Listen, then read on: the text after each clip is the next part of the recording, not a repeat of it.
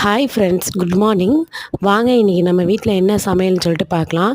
காலையில் டிஃபனுக்கு வந்து நான் இட்லியும் கருப்பு உளுந்து சாம்பாரும் பண்ணியிருக்கிறேன். இந்த கருப்பு உளுந்து சாம்பார் வந்து உங்கள் வீட்டில் உள்ளவங்களுக்கும் பண்ணி கொடுங்க. அது ரொம்ப ஹெல்த்தியானது.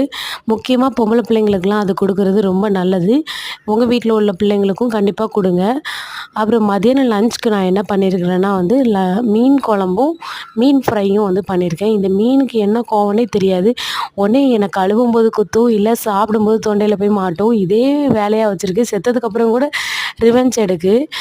அப்புறம் நம்ம ஏதாவது ஒரு வேலை தொடங்கணும் அப்படின்னு சொல்லி நினச்சோன்னா அடுத்தவங்க என்ன சொல்லுவாங்கன்னு நினைக்காம நம்மளுக்கு என்ன தோணுதோ அதை மட்டும் திங்க் பண்ணிவிட்டு நெக்ஸ்ட் லெவலுக்கு போகணும்.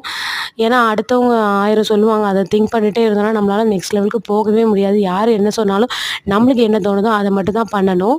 அப்புறம் இந்த வீடியோ பிடிச்சிருந்தா ஒரு லைக் பண்ணுங்கள். மறக்காமல் சேனலை சப்ஸ்கிரைப் பண்ணுங்கள். தேங்க்யூ.